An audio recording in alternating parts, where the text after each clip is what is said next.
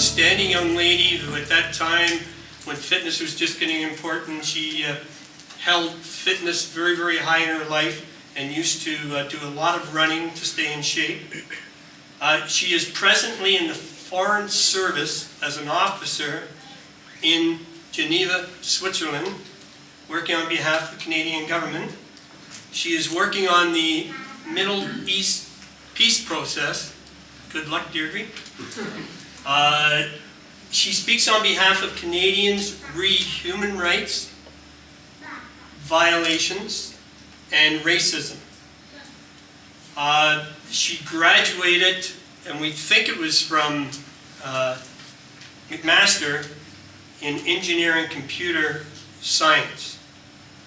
I still remember her as a brilliant student and a lovely young lady. And we have Kim Fearon here on her behalf, who's a very close friend of hers, to say a few words. Kim?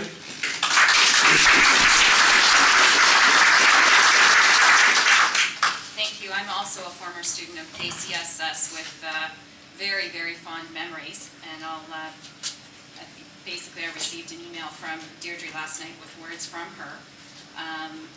Deirdre has asked first that she wished she could be here, but she lives in Geneva, unfortunately too far to come for the day.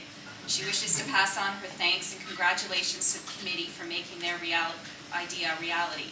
She hopes that students will be inspired by seeing in concrete terms how studying for those history and geography might actually become some direct relevance in their life. She's asked me to read a few words on her behalf, and she writes, "When Tom Ellison first asked me if I would be a part of this project, it made me reflect on whether I deserve to be honored in such a way. Am I a successful federal government bureaucrat? How do we measure success? I reflected on many people I have known. I have seen a lot of successful people, and I have seen a lot of happy people. But some of the successful folks weren't all happy, and some of the happy folks were not fit for everyone's definition of success. I don't think that one has to reach lofty social status or become filthy rich to be truly successful. Oh yes, I know that some people use status and wealth as the sole measure of success, but once they have it, are they happy? From where I sit, not necessarily so. One of the richest men in the US was asked how much wealth was enough, and he replied, just a little bit more than what I have. How are you ever going to be happy with an attitude like that? But I don't mean that we should all sit back and giggle because we're not in the rat race. Of course, we should each have a goal, a realistic goal, but a challenging goal. And when we reach it, savor it for a while, and then set upon another goal and go for it. But always make sure your goals include happiness. Frankly, after high school, I had no idea what I wanted to do.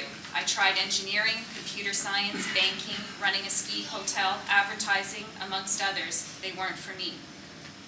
And I then discovered I could have a career which married my passion for traveling the world, my interest in foreign policy, and my commitment to the ideals of human rights and the United Nations and the Canadian Diplomat Service.